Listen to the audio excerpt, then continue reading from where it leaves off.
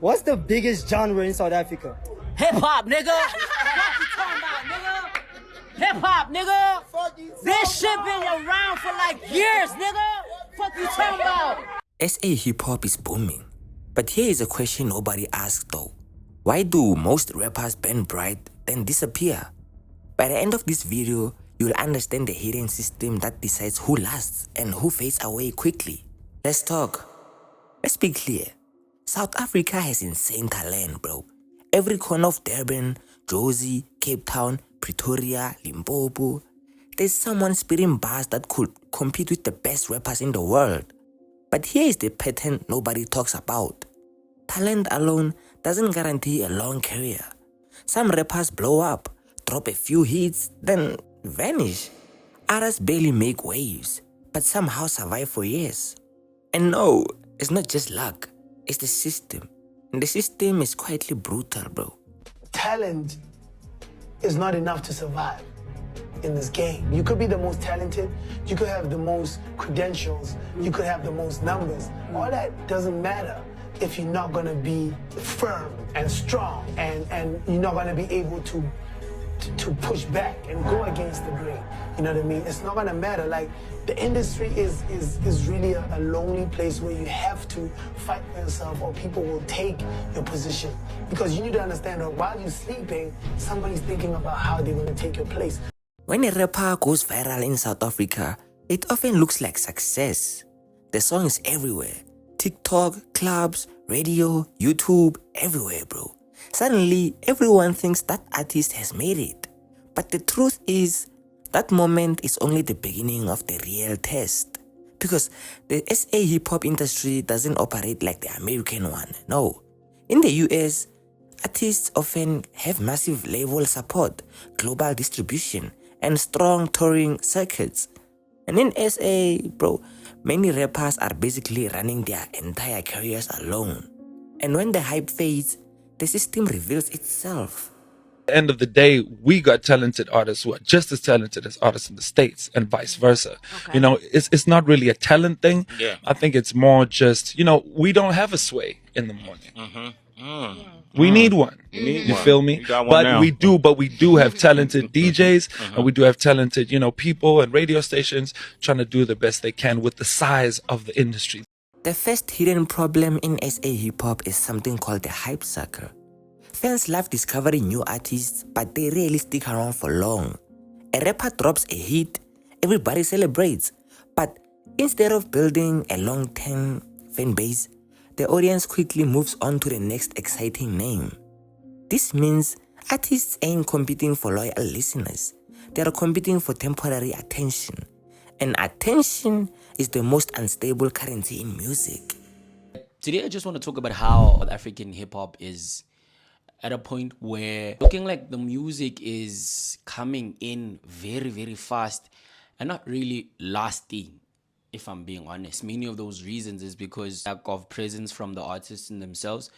But also I think partly we can also assume the blame as the audience or as the consumers of the music. During the course of this week, I actually put out a tweet saying that a Kane Keed project, there was the Kindly Nash project, those projects have essentially come and gone, and there hasn't been life charged into those projects. Maybe even the guys are not even charging life into the music. They're not even promoting the music the way that they should. Like, they are losing out on the basics, and those basics could easily be like having a very crazy rollout and releasing a lot of visuals for the bodies of work, but that hasn't been the case for a lot of these projects. So I don't know what we need to do differently. I don't know. My guess is as good as yours, but all I did was try to bring the conversation to the fore. Another uncomfortable truth is lack of collaborations. Even Maphorisa said it. SA hip-hop guys need to work together. This camp thing isn't working. And these are the words by one and only DJ Maphorisa, who is the leading man in Amapiano, and it's true. You guys sticking to your own cliques and not working together is making the sport diminish. We aren't being excited because exciting things aren't happening. In many global hip-hop scenes, artists work together constantly.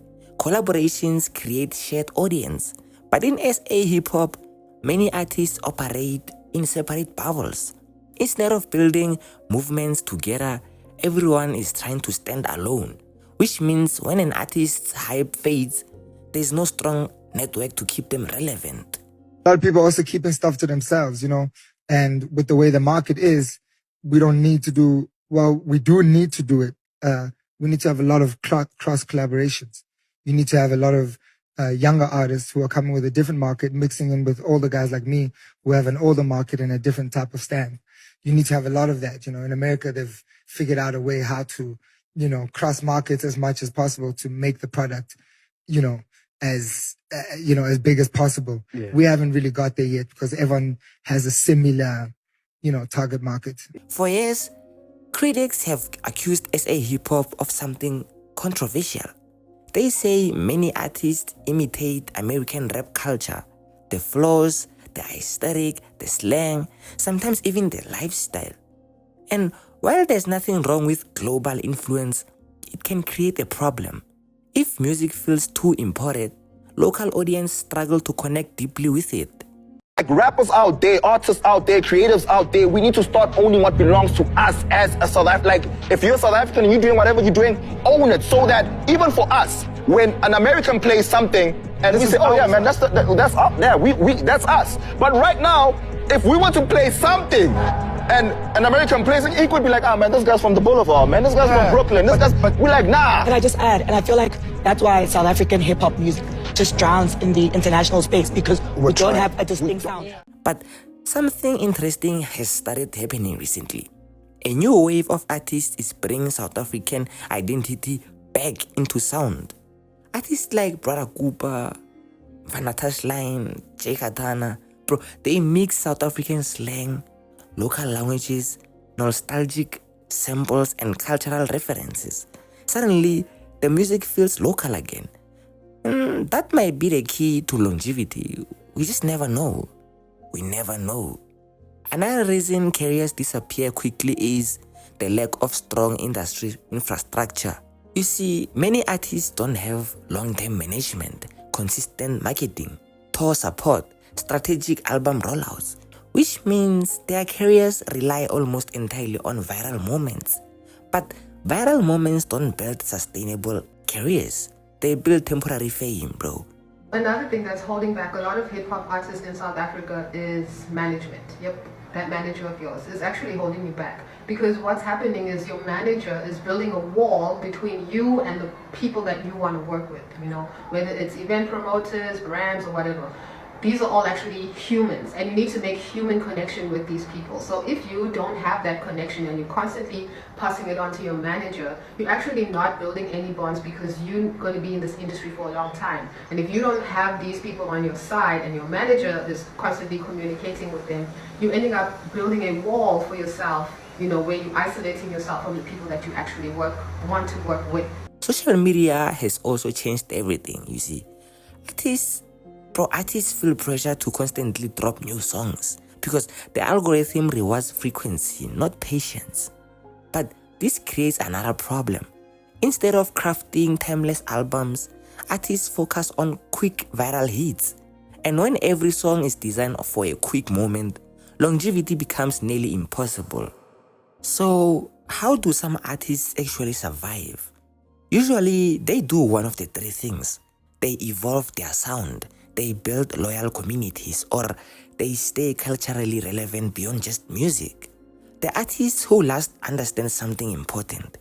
Music careers aren't built for moments, they are built for movements. And this is where things get interesting, because the current generation of artists might actually be fixing the system by embracing South African identity in their music. They are creating something that feels authentic and timeless, which means fans might actually finally start to support artists longer than a viral moment. I saw kids that came from school in school uniform coming out to support Cooper. I saw a different type of community coming out to support Cooper. It was a beautiful thing, man. Cooper really has the back end. He really does. And I feel like with the music, he can honestly take it a little bit further, if we're being honest.